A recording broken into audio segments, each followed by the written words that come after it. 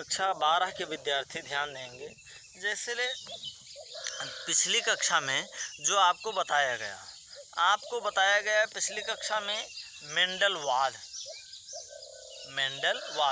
Mendel के वास्तव में कई नियम हैं। कोडोमिनेंसी का नियम है, इनकम्प्लीट डोमिनेंसी का नियम है, पढ़ाएंगे भी अभी। लेकिन प्रमुख रूप से मेंडल ने दो ही नियम दिया, law of dominance and law of segregation principle और लॉज ऑफ इनहेरिटेंस के अंतर्गत उन्होंने दो नियम ही बताए। The first law is the law of dominancy, जिसको हम फर्स्ट लॉ कहते हैं। सेकंड लॉ और law of segregation, second law इसको कहते हैं।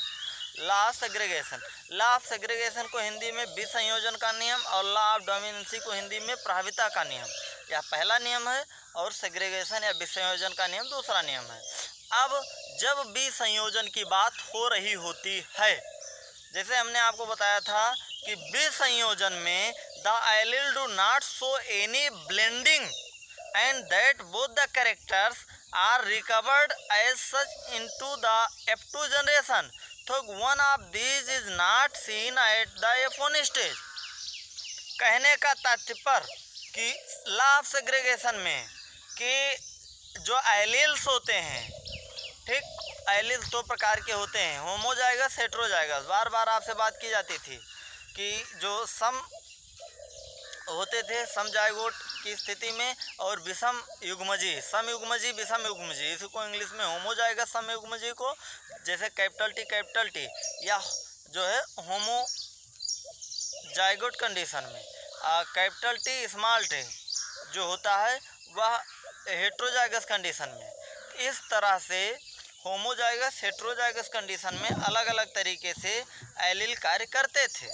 कहने का तात्पर्य ये है कि जो एलील हैं do not show any blending and that both the characters do not show, कहने का तात्पर्य ब्लेंडिंग का यहाँ पर सम्मिश्रण है कि जो जनक से लक्षण आते थे, जैसे जनक में मेंडल ने जो क्रॉस करवाया था, जनक एक टाल जनक लिया, एक ड्वार्फ लिया, पेवर कैपिटल टी और स्मॉल टी को लिया, अलग अलग क्रॉस करवाया।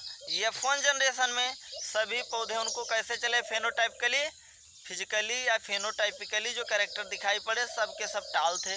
तो मेंडल ने जनक से जब उनको F1 जनरेशन मिला तब उन्होंने इस तथ्यों और कई बार मिला, तब उन्होंने इस तथ्य पर विचार किया कि वास्तव में जनक में जो जो लक्षण हैं क्या वह लक्षण F1 जनरेशन में है। जैसे आप इसको इस तरह से समझ सकते हैं कि पिता के लक्षण जो जो गुण और अवगुण पिता में हैं क्या वह वास्तव में पुत्रों में सभी जाते हैं। तो इस पर विचार करने के बाद मेंडल ने यह पाया कि वास्तव में जाते सभी हैं, सभी लक्षण एक पीढ़ी से दूसरी पीढ़ी में जाते हैं, लेकिन कुछ लक्षण जनक से F1 में जब पहुंचते हैं तो रिसेसिव हो जाते हैं और कुछ प्रभावी होते हैं। लॉ ऑफ डोमिनेंसी में बताया भी गया है। तो जो रिसेसिव हो जाएंगे अर्थात अप्रभावी हिंदी में, वो दिखाई नहीं पड़ेंगे लेकिन व्यक्ति के अंदर बने रहेंगे। जो प्रभावी होंगे F1 जनरेशन में दिखाई पड़ेंगे। जैसे यहाँ पर मेंडल ने टी लिया था, वह प्रभावी लक्षण था और प्रभावी लक्षण था तो F1 में प्रभावी लक्षण दिखाई पड़ा। और F1 से जब युग्मक के रूप में लिया F1 को और उसका विसंयोजन किया F2 में, तो F1 वाले लक्षण जो F1 में दिखाई नहीं पड़ रहे थे F2 जनरेशन में दिखाई पड़ा। तब उन्होंने कहा कि इसका मतलब जो ड्वार्फ वाला कैरेक्टर जनक में लिया गया था वास्तव में F1 में था लेकिन वह अप्रभावी था और दिखाई नहीं पड़ा। लेकिन जब वह उचित समय आया F2 जनरेशन में तो अपने लक्षणों को, अपने गुणों को उसने रिप्रेजेंट किया। तो लॉ ऑफ सेग्रीगेशन में that both the character are recovered as in the F2 generation, उन्होंने कहा कि F2 जनरेशन में दोनों लक्षण कैपिटल टी और स्मॉल टी अपने आप को रिकवर्ड करते हैं, क्योंकि जेनेटिकली वहाँ का जो रेशियो आता था वो 1:2:1 और फेनोटाइपिकली F2 का जो आता था रेशियो, वह रेशियो था 3:1, अर्थात 3 लंबे पौधे और एक छोटा पौधा, जबकि F1 जनरेशन में सभी लंबे थे। F1 मोनोहाइब्रिड का में सभी लंबे थे। F2 F1 के बाद जब उनके युग्मक लिए गए F2 में तो सभी लंबे नहीं हुए। तो इसका मतलब ये है कि 3:1 का एक जो है वो बन गया। 3:1 जेनोटाइप जो मिलते हैं वो बन गए 3:1 के फॉर्म में। अब जब 3:1 के फॉर्म में बन गए तो कहने का तात्पर्य है कि 3:1 में जो लक्षण उन्होंने किया प्राप्त किया, इसका मतलब 3 लंबे पौधे एक छोटा पौधा हुआ। इसका मतलब जनक का लक्षण वहाँ सेग्रीगेट करके आया, जो F1 जनरेशन में नहीं रिप्रेजेंट हो पाया था डॉर्फ कैरेक्टर, वास्तव में वह F2 में रिप्रेजेंट हुआ जनक वाला। तो इसका मतलब यह माना गया कि कभी जो कैरेक्टर्स जब कभी प्रभावी होते हैं तब वो अपने आप को दिखाते हैं, जब वो जिस जनरेशन में जिस पीढ़ी में आप प्रभावी होते हैं नहीं दिखाते हैं, आने वाली फिर किसी पीढ़ी में वो प्रभावी हो गए तो दिखाई पड़ेंगे और होंगे, यदि वो लक्षण उनके जो है एंसेस्टर पूर्वज में विद्यमान हैं, चाहे वह किसी डिजीज के रूप में हो। जेनेटिक डिजीजें भी इसी तरह से हस्तांतरित होती हैं और जेनेटिक जो अच्छे कैरेक्टर्स होते हैं वो भी इसी तरह से हस्तांतरित होते हैं।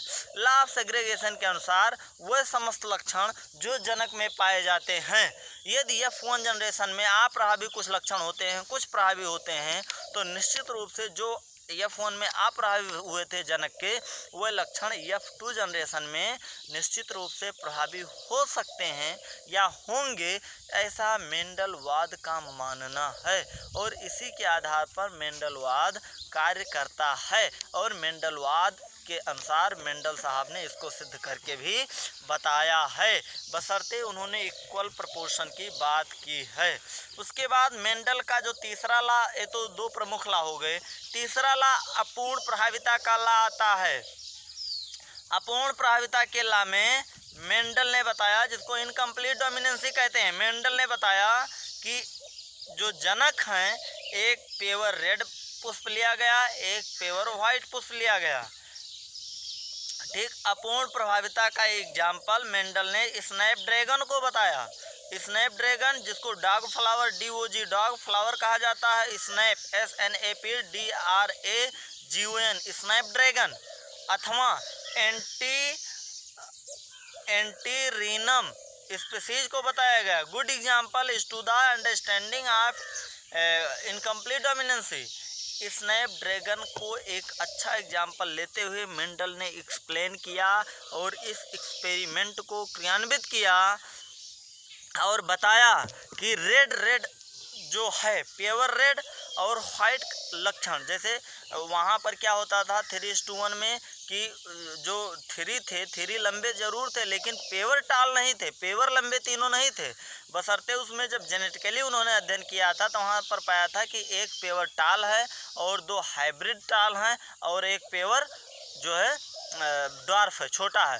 यानी सिर्फ कैपिटल टी एक में और 2 में मिक्स पाए जाते हैं, कैपिटल टी स्मॉल टी के, और एक पौधा स्मॉल टी जिसमें मिक्स है। प्रभावी लक्षण होने के कारण यह भी बड़ा हो जाता है, प्योर वाला बड़ा रहता ही है, इसलिए उन्होंने इसलिए उन्होंने यहाँ पर लॉ ऑफ डोमिनेंसी को फॉलो किया और बताया कि इस तरह से ये प्रभाविता के नियम का प्रभाव है। यहाँ पर इनकम्प्लीट का तात्पर्य कि जो कैपिटल आर रेड था, वाइट जो होते थे वो स्मॉल आर होते थे, इनका क्रॉस करवाया तो सभी पौधे जो है ना रेड हुए और ना वाइट हुए। क्रॉस करवाने पर सभी पौधे कैपिटल आर स्मॉल आर का जो है रूप धारण किए F1 जनरेशन में, और सभी पौधे पिंक हो गए, ना वाइट हुए और ना रेड हुए। इसका तात्पर्य उन्होंने यह बताया कि यह जो है अपूर्ण प्रभाविता है, पूर्ण रूप से जो प्रभाविता है वह यहाँ पर लागू नहीं होता। कुछ पौधों में पूर्ण प्रभाविता लागू नहीं होता। मेंडल का स्पष्टीकरण था। स्पष्टीकरण के लिए उन्होंने स्नैपड्रैगन का एग्जाम्पल भी दिया और स्नैपड्रैगन का एग्जाम्पल दे करके उन्होंने सिद्ध भी किया कि स्नैपड्रैगन का जो पुष्प है, जब पेवर जनरेशन है, जनक जो होते हैं उनमें रेड और व्हाइट का क्रॉस करवाया गया, रेड गैमेट लिया गया और रेड पौधे पुष्प वाले पौधे से गैमेट लिया गया, व्हाइट वाले से पेवर। तो रेड और व्हाइट को जब हाइब्रिड कराया गया तो जो हाइब्रिड पौधा मिला सभी पिंक मिल गए, जबकि लाप्रभाविता में उन्होंने जो एग्जाम्पल दिया उसमें ऐसा नहीं होता था। तो जब सभी पिंक का पुनः उन्होंने संकरण करवाया, एकल संकरण क्रॉस, तो उसमें एक पौधा कैसा मिला, जेनोटाइप फेनोटाइप यहाँ दोनों रेशियो एक समान हो गए। एक पौधा उनको रेड मिला, 2 पौधे पिंक मिले, एक पौधा व्हाइट मिला, अर्थात 1:2:1 1:2:1 फेनोटाइप रेशियो मिला और जेनोटाइप रेशियो भी 1:1:1:2:1 जेनोटाइप में भी मिला। तो इन्होंने बताया कि इस तरह से यहाँ पर पिंक कलर अपूर्ण प्रभाविता को दर्शाता है, जबकि व्हाइट और रेड ही आना चाहिए था, ऐसा नहीं होता स्नैपड्रैगन के केस में। तो इस तरह से अपूर्ण अर्थात जो लक्षण प्रभावी होने चाहिए वो प्रभावी नहीं हो पाते, अर्ध प्रभावी होते हैं, पूर्ण रूप से प्रभावी नहीं होते। Thanks for watching video. Next video में फिर मिलेंगे।